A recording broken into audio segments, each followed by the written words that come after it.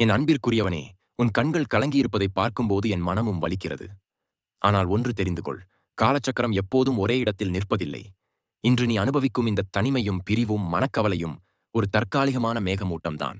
இந்த மேகங்களைக் கலைத்து உன் வாழ்வில் மீண்டும் வசந்தத்தை வீசச் செய்யக்கூடியவன் அந்த ஞானப் பழமான முருகப்பெருமான். குறிப்பாக செவ்வாய்க்கிழமை என்பது முருகனுக்குரிய உன்னதமான நாள். அந்த நாளில் நீ மேற்கொள்ளும் சிறு முயற்சியும் பெருமளவு பலனைத் தரும். செவ்வாய் கிரகத்திற்கு அதிபதியே மங்களவார நாயகன் முருகன்தான். ஜாதக ரீதியாகவோ அல்லது கர்ம வினைப்படியோ உனக்கு ஏற்பட்டுள்ள தடைகள் அனைத்தும் விலக வேண்டும் என்றால் நீ முருகனைச் சரணடைவதைத் தவிர வேறு வழியில்லை. பிரிந்தவர்கள் மீண்டும் இணைய வேண்டும் என்பது உன் ஆசை என்றால் அதற்கு முதலில் உன் மனதிற்குள் ஒரு தனிந்த அமைதி தேவை. அந்த அமைதியைத் தருவதற்குத்தான் இந்த வாராந்திர வழிபாடு உனக்கு துணை நிற்கும். நம்பிக்கையோடு தொடங்கும் எந்த ஒரு காரியமும் தோல்வியடைந்ததாக சரித்திரமே இல்லை.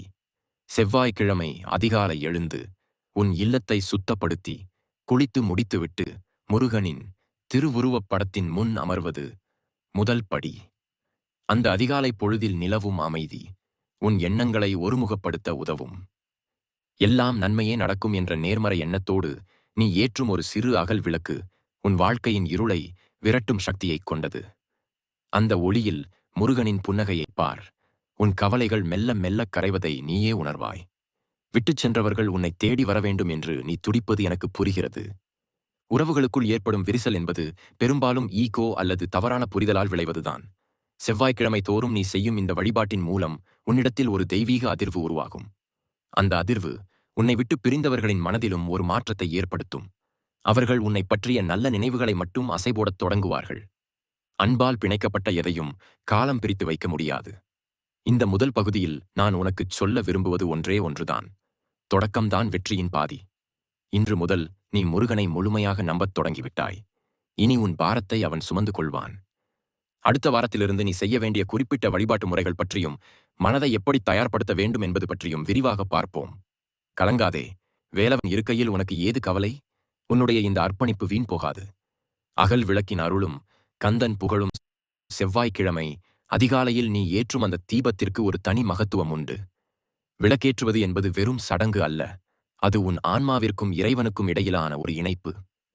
தீபத்தின் சுடர் எப்போதும் மேல் நோக்கியே எரியும், அதுபோலவே உன் வாழ்க்கையும் உயர்வடையப் போகிறது என்பதற்கான அறிகுறி அது. மங்கள வாரத்தில் முருகனின் திருவுருவத்திற்கு முன்னால் நெய் தீபம் அல்லது நல்லெண்ணெய் தீபம் ஏற்றி வைத்து அந்த ஒளியையே உற்றுப்பார். உன் மணக்குமுறல்கள் அனைத்தும் அந்த நெருப்பில் எரிந்து சாம்பலாகட்டும். அடுத்ததாக முருகனுக்கு மிகவும் பிடித்தமான கந்த சஷ்டி கவசத்தையோ அல்லது திருப்புகழையோ பாராயணம் செய்வது உன் மனதிற்கு ஒரு கவசமாக அமையும். சொற்களுக்கு ஒரு சக்தி உண்டு. அந்தச் சொற்கள் இறைவனை புகழும் பாடல்களாக மாறும்போது அவை உன் வீட்டின் சூழலையே மாற்றிவிடும். துதிப்போர்க்கு வல்வினை போம் என்று சும்மாவா சொன்னார்கள்? நீ பாடப்பாட உன்னை சுற்றியுள்ள எதிர்மறை ஆற்றல்கள் விலகி ஓடும். பிரிந்தவர்கள் உன்னை தேடி வர வேண்டும் என்றால் முதலில் உன் இல்லத்தில் ஒரு தெய்வீக அமைதி நிலவ வேண்டும். அந்த அமைதியை இந்த பாடல்கள் உனக்குத் தரும். வழிபாட்டின் போது உனக்கு மிகவும் பிடித்தமான மலர்களை, குறிப்பாகச் செந்நிற மலர்களை முருகனுக்குச் சமர்ப்பிப்பது சிறப்பு. செந்நிறம் என்பது செவ்வாய் கிரகத்திற்கும் வீரியத்திற்கும் அடையாளம். உன் வாழ்வில் இழந்த உற்சாகத்தை மீண்டும் பெற இது உதவும். மலர்களை தூவும்போது உன் கவலைகளை ஒவ்வொன்றாக அவனிடம் சொல். அவன் சிறந்த கேட்பவன். உன் மௌனத்தை கூட புரிந்து கொள்ளும் ஆற்றல் படைத்தவன். நீ தனிமையில் இருப்பதாக ஒருபோதும் நினைக்காதே. அந்த பன்னிரு கரங்களும் உன்னை அணைத்துக் கொள்ள காத்திருக்கின்றன. நீ செய்ய வேண்டிய மிக முக்கியமான விஷயம், வேண்டுதலின் போது அவர்கள் வரவேண்டும் என்ற கோரிக்கையை விட அவர்கள் நலமாக இருக்க வேண்டும் என்ற எண்ணத்தை முன்னிறுத்துவதுதான். உன் அன்பு சுயநலமற்றதாக மாறும்போது பிரபஞ்சம் தானாகவே அவர்களை உன்னிடம் கொண்டு வந்து சேர்க்கும். செவ்வாய்க்கிழமை தோறும் செவ்வரளிப் பூக்களால் அர்ச்சனை செய்து பார். உன் சொல்லிலும் செயலிலும் ஒரு கனிவு பிறக்கும். அந்தக் கனிவுதான் உன்னை விட்டு பிரிந்தவர்களை மீண்டும் உன்பால் ஈர்க்கும் காந்தமாக மாறும். இந்த வழிபாட்டின் மூலம் உன் ஆழ்மனதில் உறங்கிக் கிடக்கும் தன்னம்பிக்கை விழித்துக் கொள்ளும். இரண்டாம் பகுதியில் நாம் பார்த்த இந்த எளிய முறைகள் உன் மன உறுதியை அதிகரிக்கும். வழிபாட்டை முடித்த பிறகு சிறிது நேரம் அமைதியாக அமர்ந்து அந்த தீபத்தின் ஒளியை உன் இதயத்திற்குள் கொண்டு வா. அடுத்த பகுதியில் வழிபாட்டில் கொடுக்க வேண்டிய நிவேதனம் மற்றும் அதனால் உண்டாகும் பலன்கள் பற்றி நாம் விரிவாகப் பேசுவோம். முருகனின் வேல் உன்னை பாதுகாக்கும், தைரியமாக இரு. வழிபாட்டின் அடுத்த கட்டமாக முருகப்பெருமானுக்கு நீ படைக்கும் நிவேதனம் என்பது வெறும் உணவு அல்ல, அது உன்னுடைய முழுமையான அர்ப்பணிப்பு. செவ்வாய்க்கிழமை தோறும் செந்நிறம் கலந்த அல்லது இனிப்பு சுவை கொண்ட பொருட்களை முருகனுக்கு படைப்பது சிறப்பு. ஒரு கைப்பிடி பேரீச்சம்பழம் அல்லது சர்க்கரை பொங்கல், அதுவும் முடியாவிட்டால் ஒரு துண்டு வெல்லம் கலந்த நீர் கூட போதும். இறைவன் பார்ப்பது உன் கையில் உள்ள பொருளை அல்ல, உன் இதயத்தில் உள்ள தூய்மையைத்தான். இந்த நிவேதனத்தை படைக்கும்போது உன் வாழ்வில் இனிமை மீண்டும் திரும்ப வேண்டும் என்று மனதார வேண்டிக்கொள். பிரிந்தவர்கள் மீண்டும் உன்னை தேடி வரும்போது உன்னிடத்தில் ஒரு புதிய மனிதனை அவர்கள் காண வேண்டும். கவலைகளால் துவண்டு போன உன்னை விட முருகனின் அருளால் தேஜஸ் பெற்ற உன்னை காணும்போதுதான் அந்த உறவு நிலை பெற்று நிற்கும். நீ படைக்கும் இந்த நிவேதனத்தை வழிபாட்டிற்குப் பிறகு ஏழை எளியவர்களுக்கோ அல்லது குழந்தைகளுக்கோ பகிர்ந்து கொடு. தானத்தில் சிறந்த தானம் அன்னதானம். உன் கைகளால் பிறர் பசியாறும்போது கிடைக்கும் அந்த புண்ணியம் உன் கர்ம வினைகளை குறைத்து நீ விரும்பும் நன்மைகளை விரைவாக உன்னிடம் கொண்டு வந்து சேர்க்கும். இந்த வேளையில் நீ கவனிக்க வேண்டிய இன்னொன்று உன் வார்த்தைகளின் தூய்மை. செவ்வாய்க்கிழமை முழுவதும் வீணான விவாதங்களையோ கோபமான சொற்களையோ தவிர்த்துவிடு. முருகனின் மௌன குருவின் அருளைப் பெற மௌனமாக இருப்பதே சிறந்தது. உன் நாவால் முருகா என்ற நாமத்தைத் தவிர வேறு எதையும் உதிர்க்காதே. நீ எவ்வளவு தூரம் அமைதியாக இருக்கிறாயோ அவ்வளவு தூரம் உன் வேண்டுதல் வலிமை பெறும். பிரிந்தவர்கள் உன்னை பற்றி எங்காவது கேள்விப்பட்டால் அவர் எவ்வளவு மாறிவிட்டார் என்று வியக்கும் அளவிற்கு உன் ஆளுமை வளர வேண்டும். மனதுக்குள் இருக்கும் கவலைகளை ஒரு காகிதத்தில் எழுதி அதை முருகனின் பாதத்தில் வைப்பதாக நினைத்துக்கொள். பிறகு அந்த எண்ணங்களை அங்கேயே விட்டுவிட்டு எழுந்து வா. மீண்டும் மீண்டும் கவலைகளை அசைபோடுவது ஆரிய புண்ணை தோண்டுவதற்கு சமம். செவ்வாய்க்கிழமை பூஜையின் முடிவில் நீ வாங்கும் தீபாராதனை உன் அக இருளை நீக்கி பேரொளியைத் தரும். அந்த ஒளியில் உன் எதிர்காலம் பிரகாசமாக இருப்பதை நீயே காண்பாய். விட்டுச் சென்றவர்கள் உன் அன்பின் ஆழத்தை புரிந்து கொள்ளும் தருணம் மிக அருகில் இருக்கிறது என்பதை உணர். இந்த 3ஆம் பகுதியில் நாம் நிவேதனம் மற்றும் தானத்தின் சிறப்பை பார்த்தோம். இது உன் மனதிற்கு ஒரு பெரும் நிம்மதியை தந்திருக்கும் என்று நம்புகிறேன். எதையும் எதிர்பார்க்காமல் நீ செய்யும் இந்த சிறு சிறு தர்மங்கள் உனக்கு மிகப்பெரிய பாதுகாப்பாக அமையும். அடுத்த பகுதியில் செவ்வாய்க்கிழமை மாலை வேளையில் நீ செய்ய வேண்டிய ஆலய தரிசனம் மற்றும் அதன் மகத்துவத்தைப் பற்றி நான் உனக்கு விளக்குகிறேன். முருகனின் அருள் மழை உன் மீது பொழியட்டும். வீட்டில் செய்யும் வழிபாடு உனக்கு அமைதியை தரும் என்றால் மாலையில் நீ மேற்கொள்ளும் ஆலய தரிசனம் உனக்கு மாபெரும் ஆற்றலைத் தரும். செவ்வாய்க்கிழமை மாலை வேளையில் அருகில் உள்ள முருகப்பெருமானின் ஆலயத்திற்குச் செல்வதை ஒரு வழக்கமாக வைத்துக்கொள். வீட்டின் 4 சுவர்களுக்குள் முடங்கிக் கிடக்கும் உன் கவலைகள் கோபுர தரிசனம் காணும்போது மெல்ல மெல்ல மறையத் தொடங்கும். கோயிலின் கருவறையிலிருந்து வெளிப்படும் அந்த தெய்வீக அதிர்வுகள் உன் உடலிலும் மனதிலும் தேங்கிக் கிடக்கும் எதிர்மறை எண்ணங்களை வேரோடு பிடுங்கி எறியும் வல்லமை கொண்டவை. கோயிலுக்குச் சென்றவுடன் அவசர அவசரமாக பிரகாரத்தை சுற்றி வராதே. கொடிமரத்தின் அருகில் விழுந்து வணங்கி உன் அகங்காரத்தையும் துயரத்தையும் அங்கே விட்டுவிடு. பிறகு அமைதியாக அமர்ந்து முருகனின் திருவுருவத்தைச் சில நிமிடங்கள் உற்றுப்பார். அவனுடைய வேல் உன்னை காக்கும் கவசமாகவும் அவனுடைய மயில் உன் மனதின் சஞ்சலங்களை அடக்கும் வாகனமாகவும் இருப்பதை உணர்வாய். அந்தச் சூழலில் நிலவும் மந்திர ஒலிகளும் ஊதுவத்தியின் நறுமணமும் உன் ஆழ்மனதில் ஒரு மாற்றத்தை ஏற்படுத்தும். இந்த மாற்றம்தான் பிரிந்தவர்கள் உன்னை தேடி வருவதற்கான முதல் புள்ளியாக அமையும். ஆலயத்தில் நீ செய்யும் கூட்டுப் பிரார்த்தனைக்கு தனி சக்தி உண்டு. உன்னைப் போலவே அங்கு வந்திருக்கும் பல பக்தர்களின் வேண்டுதல்களுக்கு இடையே உன் குரலும் அந்த பரம்பொருளின் காதுகளில் விழும். முடிந்தால் 6 விளக்குகள் ஏற்றி வைத்து ஆறுமுகனை வழிபடு. 6 என்ற எண் முருகனுக்கு மிகவும் உகந்தது. அந்த 6 விளக்குகளும் உன் வாழ்க்கையின் 6 முக்கிய தேவைகளை அன்பு, ஆரோக்கியம், செல்வம், நிம்மதி, வெற்றி மற்றும் உறவு பூர்த்தி செய்யும் அடையாளமாகும். ஒவ்வொன்றாக விளக்கேற்றும் போது உன் வாழ்வில் ஒவ்வொன்றாகச் சீராகப் போவதை மனக்கண்ணில் பார். பிரிந்தவர்கள் உன்னை தேடி வர வேண்டும் என்று வேண்டுவதை விட எங்களுக்கிடையே இருந்த கசப்புகள் நீங்க வேண்டும் என்று வேண்டிக்கொள். கசப்பு நீங்கினால்தான் இனிப்பு சேர முடியும். ஆலயத்தில் நீ அமர்ந்திருக்கும் அந்த 10 நிமிடங்கள் உலகியல் ரீதியான அனைத்து தொடர்புகளையும் துண்டித்துவிட்டு முருகனோடு மட்டும் உரையாடு. அப்பா முருகா, நான் உன் பிள்ளை, என் வழியை நீயே காட்டு என்று முழுமையாகச் சரணடைந்துவிடு. நீ எப்போது போராட்டத்தை கைவிட்டு அவனிடம் பொறுப்பை ஒப்படைக்கிறாயோ அப்போதே உன் பிரச்சனைக்கான தீர்வு தொடங்கிவிடும். கோயிலிலிருந்து திரும்பும்போது ஒரு புதிய மனிதனாகத் திரும்பு. அங்கே கொடுத்த விபூதியை நெற்றியில் இடும்போது அது உன் துயரங்களைச் சாம்பலாக்கிவிட்டது என்ற நம்பிக்கையோடு வீடு வந்து சேர். இந்த 4ஆம் பகுதியில் நாம் ஆலய வழிபாட்டின் மேன்மையை உணர்ந்தோம். இது உன் ஆன்மாவை மேலும் வலுப்படுத்தும். அடுத்த பகுதியில் செவ்வாய்க்கிழமை இரவில் நீ கடைபிடிக்க வேண்டிய சில முக்கியமான முறைகள் மற்றும் கனவுகளின் மூலம் முருகன் தரும் சமிக்ஞைகள் பற்றி பேசுவோம். வெற்றி உனதே. ஆலய தரிசனம் முடிந்து இல்லம் திரும்பியதும் உன் மனம் ஒரு தெளிவான நீரோடை போல இருக்க வேண்டும். செவ்வாய்க்கிழமை இரவு என்பது மிகவும் புனிதமானது. அன்றைய இரவு உணவை மிக எளிமையாக அமைத்துக் கொள்வது நல்லது. வயிறு முற்ற உண்பதை விட மன நிறைவோடு உண்பதே சிறந்தது. உணவிற்குப் பின் உறங்கச் செல்வதற்குச் சற்று முன்பாக அமைதியான ஓரிடத்தில் அமர்ந்து கொள். அன்று முழுவதும் நீ செய்த வழிபாடுகளையும் முருகனின் திருவுருவத்தையும் மனக்கண்ணில் கொண்டு வா. இந்த அமைதியான நேரத்தில்தான் உன் ஆழ்மனம் பிரபஞ்சத்தோடு நேரடியாக தொடர்பு கொள்கிறது. பிரிந்தவர்கள் உன்னை தேடி வருவார்கள் என்ற நம்பிக்கையை உன் மூச்சுக் காற்றோடு கலந்துவிடு. கண்களை மூடிக்கொண்டு உன்னை விட்டுச் சென்றவர்கள் மீண்டும் உன்னோடு மகிழ்ச்சியாகப் பேசுவது போலவும், பழைய கசப்புகள் மறந்து நீங்களும் அவர்களும் கைகோர்த்து நிற்பது போலவும் கற்பனை செய். இது வெறும் பகற்கனவு அல்ல, இது ஒரு சங்கல்பம். நீ எதை ஆழமாக விதைக்கிறாயோ அதுவே உன் வாழ்வில் அறுவடையாக மாறும். முருகனின் வேல் உனக்கும் அவர்களுக்கும் இடையே இருக்கும் தடைகளை உடைத்து எறிவதாக நினைத்துக்கொள். தூங்குவதற்கு முன் ஒருமுறை ஓம் சரவணபவ் என்னும் மந்திரத்தை 108 முறை அல்லது உன்னால் இயன்ற அளவு மெதுவாக உச்சரி. இந்த மந்திரத்தின் ஒவ்வொரு எழுத்தும் உன் உடலின் ஒவ்வொரு மையத்தையும் தூண்டி நேர்மறை அதிர்வுகளை உருவாக்கும். பயம், பதற்றம், தூக்கமின்மை போன்ற பிரச்சனைகள் இதன் மூலம் நீங்கும். மனக்கவலைகள் உன்னை அழுத்தும் போது இந்த மந்திரமே உனக்கு மருந்தாகும். நீ தூக்கத்தில் இருக்கும்போது கூட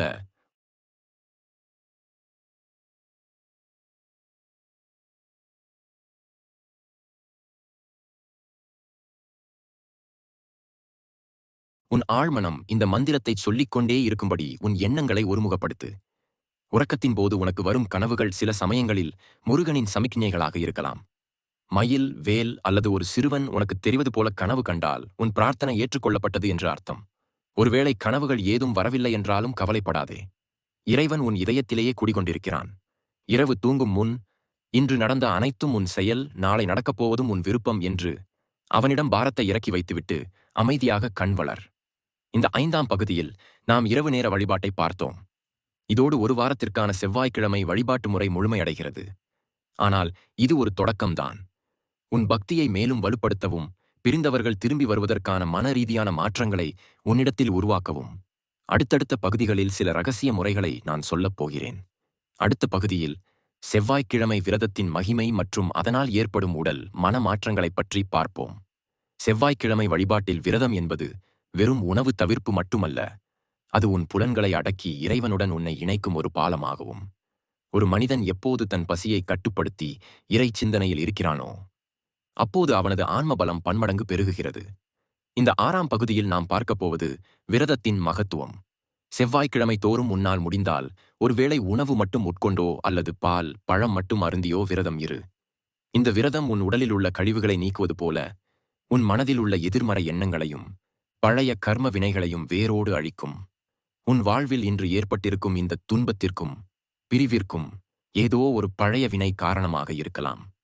அந்த வினையின் தாக்கத்தை குறைக்கும் சக்தி முருகனின் விரதத்திற்கு உண்டு. நீ உணவை தவிர்க்கும் ஒவ்வொரு கணமும் முருகா என்ற நாமத்தை உச்சரிக்கும் போது அது உன் இரத்தத்தில் கலந்து உன்னை தூய்மைப்படுத்தும். பசி உன்னை வாட்டும் போது இந்த தியாகம் என் அன்பிற்காக, என் குடும்பத்தின் ஒற்றுமைக்காக என்று நினைத்துக்கொள். தியாகம் நிறைந்த பிரார்த்தனையை இறைவன் ஒருபோதும் தட்டிக் கழிப்பதில்லை.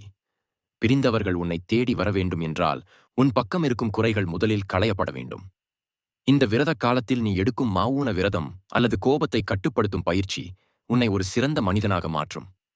நீ மாறும்போது உன்னைச் சுற்றியுள்ள உலகம் தானாகவே மாறும். உன்னை விட்டுச் சென்றவர்கள் கூட உன் மாற்றத்தைக் கண்டு வியந்து உன்னிடம் பேச வேண்டும் என்ற ஆவலை வளர்த்துக் கொள்வார்கள். விரதம் என்பது உன்னை நீயே செதுக்கிக் கொள்ளும் ஒரு உன்னத ஒளி. மதிய வேளையில் முருகனின் வரலாற்றையோ அல்லது அவனது லீலைகளையோ படிப்பதில் நேரத்தைச் செலவிடு. மனம் அலைபாயும் போது கந்தர் அனுபூதியை வாசி. யானாகிய என்னை விழுங்கி வெறும் தானாய் நிலை நின்றது தற்பரமே என்ற வரிகள் உன் அகந்தையை அழித்து உனக்குள் இருக்கும் தெய்வீகத் தன்மையை வெளிப்படுத்தும். அகந்தை அழிந்த இடத்தில் அன்பு தானாகவே குடியேறும். அந்த அன்புதான் பிரிந்தவர்களை மீண்டும் உன்னோடு இணைக்கும் ஒரு கண்ணுக்குத் தெரியாத இழை. இந்த 6ஆம் பகுதியில் விரதத்தின் மூலம் நாம் பெறப்போகும் ஆன்மீக உயர்வை பார்த்தோம். இது உன் மனதிற்கு ஒரு பெரும் அமைதியையும் உடலில் ஒரு புதிய சக்தியையும் கொடுத்திருக்கும். உன் வேண்டுதல்கள் பலிக்கத் தொடங்கும் காலம் வெகு தொலைவில் இல்லை. அடுத்த பகுதியில் செவ்வாய்க்கிழமை தோறும் நீ செய்ய வேண்டிய மிக முக்கியமான மஞ்சள் மற்றும் குங்கும வழிபாடு மற்றும் அதன் ரகசிய பலன்கள் பற்றி நான் உனக்கு விளக்கப் போகிறேன். முருகனின் வேல் உனக்கு துணையாக இருக்கும். 6ஆம் பகுதியில் நாம் விரதத்தின் மேன்மையைக் கண்டோம். இப்போது 7ஆம் பகுதியில் செவ்வாய்க்கிழமை வழிபாட்டில் மிக முக்கியமான மங்களப் பொருட்கள் வழிபாட்டைப் பற்றி பார்ப்போம். செவ்வாய் என்றாலே மங்களம் என்றுதான் பொருள். உன் வாழ்வில் மீண்டும் மங்களமான நிகழ்வுகள் நடக்க வேண்டும். குறிப்பாக பிரிந்தவர்கள் திரும்பி வந்து சுப காரியங்கள் கைகூட வேண்டும் என்றால், முருகனுக்கு மஞ்சள் மற்றும் குங்குமத்தினால் அர்ச்சனை செய்வது மிகச்சிறந்த பலனைத் தரும். ஒரு சிறு தட்டில் மஞ்சளையும் குங்குமத்தையும் வைத்து, முருகனின் நாமங்களைச் சொல்லி அந்த படத்திற்கு அல்லது சிலைக்கு இடும்போது, உன் குடும்பத்தில் இருந்த கசப்புகள் யாவும் மெல்ல மறையத் தொடங்கும். மஞ்சள் என்பது மங்களத்தின் சின்னம் மட்டுமல்ல, அது தீய சக்திகளை விரட்டும் ஒரு கிருமி நாசினி போல உன் மனதில் உள்ள கசப்பான நினைவுகளையும் அகற்றும். குங்குமம் என்பது மங்களகரமான ஈர்ப்பு சக்தியைக் கொண்டது. முருகனின் திருமேனியில் பட்டுத் தெறிக்கும் அந்த குங்குமத்தை நீ நெற்றியில் இடும்போது, உன்னிடத்தில் ஒரு புதிய வசீகரம் பிறக்கும். இந்த வசீகரம் என்பது வெளித்தோற்றம் சார்ந்தது அல்ல. உன் ஆன்மாவிலிருந்து வெளிப்படும் ஒரு தெய்வீக ஒளி. உன்னை விட்டு பிரிந்தவர்கள் உன் முகத்தை பார்த்தாலே பழைய கோபங்கள் எல்லாம் பனி போல உருகிவிடும் அளவிற்கு அந்த ஒளி உன்னை மேம்படுத்தும். இந்த வழிபாட்டின் போது நீ ஒரு சிறிய கிண்ணத்தில் சுத்தமான நீரை வைத்து அதில் ஒரு சிட்டிகை மஞ்சளை கலந்து முருகனின் முன் வை. வழிபாடு முடிந்த பிறகு அந்த நீரை உன் வீட்டின் எல்லா மூலைகளிலும் தெளித்து விடு. இது உன் வீட்டில் தேங்கியுள்ள மனக்கசப்பு மற்றும் எதிர்மறை அதிர்வுகளை நீக்கி ஒரு நேர்மறையான சூழலை உருவாக்கும். இந்த வீட்டில் இனி அன்பும் சமாதானமும் மட்டுமே நிலவ வேண்டும் என்று அந்த தெளிப்பின் போது மனதார வேண்டிக்கொள். பிரிந்தவர்கள் மீண்டும் காலடி எடுத்து வைக்க ஒரு சுத்தமான அன்பான தளம் இங்கே தயாராகிறது என்பதை உணர். உறவுகள் பிரிவதற்கு காரணம் பெரும்பாலும் ஒருவருக்கொருவர் இருந்த திருஷ்டி அல்லது பிறரின் பொறாமை பார்வையாக கூட இருக்கலாம். இந்த மஞ்சள் குங்கும வழிபாடு அந்த திருஷ்டிகளை உடைக்கும் வல்லமை கொண்டது. ஒவ்வொரு செவ்வாய்க்கிழமையும் நீ இதைச் செய்யச் செய்ய உன் உறவுகளுக்கிடையே இருந்த கண்ணுக்குத் தெரியாத அந்த தடைச்சுவர் மெல்லியதாகித் தகர்ந்துவிடும். நீ காட்டும் பேரன்புக்கும் முருகனின் அருளுக்கும் முன்னால் எந்த ஒரு தீய சக்தியும் நிற்க முடியாது. உன் இதயத்தை ஒரு கோயிலாக மாற்றும் வேலையை இந்த 7ஆம் பகுதி செய்கிறது. இந்த 7ஆம் பகுதியில் நாம் மங்களப் பொருட்களின் சக்தியை பார்த்தோம். இது உன் இல்லத்திலும் உள்ளத்திலும் ஒரு பெரிய மாற்றத்தை கொண்டு வரும். இப்போது உன் மனம் ஒரு தெளிவான நிலைக்கு வந்திருக்கும். அடுத்த பகுதியில் செவ்வாய்க்கிழமை தோறும் நீ செய்ய வேண்டிய பறவைகள் மற்றும் விலங்குகளுக்கான தொண்டு எப்படி உன் வேண்டுதலை விரைவுபடுத்தும் என்பதை பற்றி பார்ப்போம். முருகனின் மயில் உனக்கு நற்செய்திகளை கொண்டு வரும் காலம் நெருங்கிவிட்டது. முருகப்பெருமான் மயிலையும் சேவலையும் தன் அருகிலேயே வைத்திருப்பவர். அவர் அனைத்து உயிர்களிடத்தும் அன்பு செலுத்துபவர். செவ்வாய்க்கிழமை தோறும் உன் பூஜையை முடித்த பிறகு வாயில்லா ஜீவன்களுக்கு நீ செய்யும் சிறு உதவி உன் கர்ம வினைகளைத் தீர்க்கும் மாபெரும் மருந்தாகும். குறிப்பாக அன்றைய தினம் பறவைகளுக்கு தானியம் வைப்பதோ அல்லது எறும்புகளுக்கு சர்க்கரை கலந்த பச்சரிசி மாவு இடுவதோ உன் வேண்டுதலை பிரபஞ்சத்தின் காதுகளுக்கு விரைவாக கொண்டு செல்லும். பிரிந்தவர்கள் உன்னை தேடி வர வேண்டும் என்று நீ ஏங்கும்போது நீ பிற உயிர்களின் ஏக்கம் தீர்க்கும் கருவியாக மாற வேண்டும். ஒரு பிடி சோற்றை பசித்திருக்கும் நாய்க்கோ அல்லது காக்கைக்கோ இடும்போது அந்த ஜீவன் அடையும் திருப்தி ஒரு ஆசியாக உன்னை வந்தடையும். அந்த ஆசி உன் வாழ்வில் இருக்கும் தடைகளை உடைக்கும் ஒரு இரகசியச் சாவி. யாரோ ஒரு உயிருக்கு நான் இன்று உதவினேன், அதுபோல என் வாழ்வின் துயரத்தை தீர்க்க யாராவது வரமாட்டாரா என்ற உன் கேள்விக்கு விடையாக முருகன் யாராவது ஒரு ரூபத்தில் உனக்கு நற்செய்தியை அனுப்பி வைப்பான். உறவுகளின் பிரிவு என்பது சில நேரங்களில் நம்முடைய பழைய தவறுகளின் பிரதிபலிப்பாக இருக்கலாம். அந்த தவறுகளுக்கான பிராயச்சித்தம்தான் இந்த ஜீவகாருண்யம். செவ்வாய்க்கிழமை மாலை வேளையில் பசுமாட்டிற்கு அகத்திக்கீரை அல்லது பழங்கள் கொடுப்பது முருகனுக்கு மிகவும் பிடித்தமான செயல். பசுவின் உடலில் 30 தேவர்களும் இருப்பதாக ஐதீகம். நீ ஒரு பசுவிற்கு உணவளிக்கும் போது ஒட்டுமொத்த பிரபஞ்சமே உனக்குச் சாதகமாக மாறத் தொடங்கும்.